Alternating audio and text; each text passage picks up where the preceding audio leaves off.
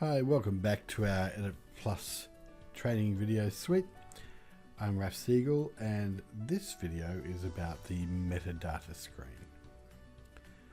So the metadata screen allows you to fill out the metadata values of an asset. These metadata values can be then viewed in the HTML source of the page or used within your site. So if you have a look at a site, we'll just jump to one now, and we just right click and have a look at the page source, and in the source we can see that the metadata is actually here, and then all of this metadata is controlled by the metadata screen. So let's jump over to our Edit Plus interface and have a look at the metadata screen. You'll see that those particular terms that we just saw there are our AGLS terms, and they're actually up in the metadata screen right at the top here.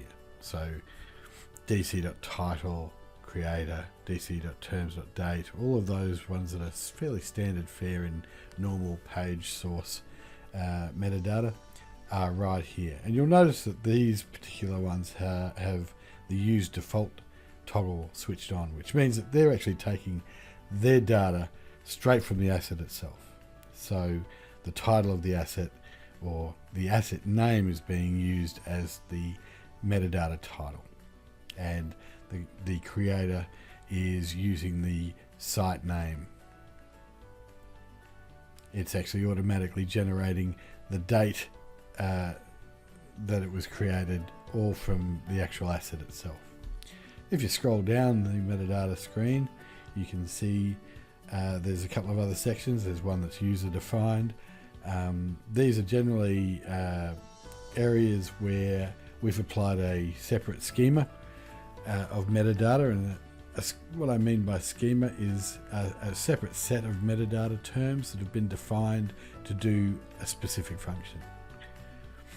We have our design helper ones here, and these ones, for instance, would control things on the corporate template to bring up a little box called are you also interested in, and you've got up to 3 options that you can actually list there. So metadata can actually control objects on your screen. It doesn't just have to be page source entries. It could actually control other aspects of the site, like hot link boxes and that sort of thing.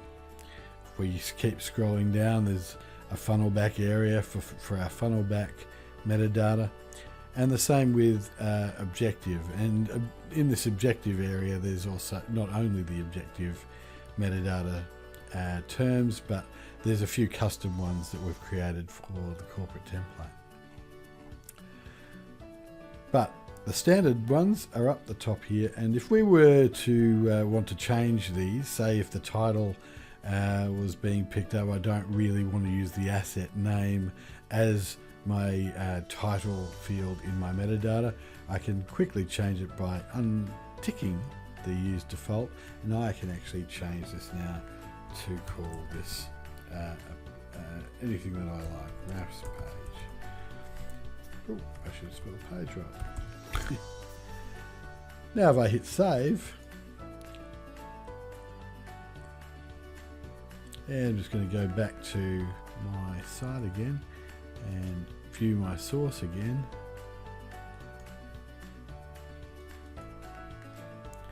you'll see that the dc.terms.title is now changed to Raf's page. So that's pretty much the simplicity of using the metadata screen. So if I wanted to now switch that back off and actually go back to normal, we can just click use default, hit save, and it's back exactly the way it was. Let's hit refresh and view the source, and you'll see it's back to normal.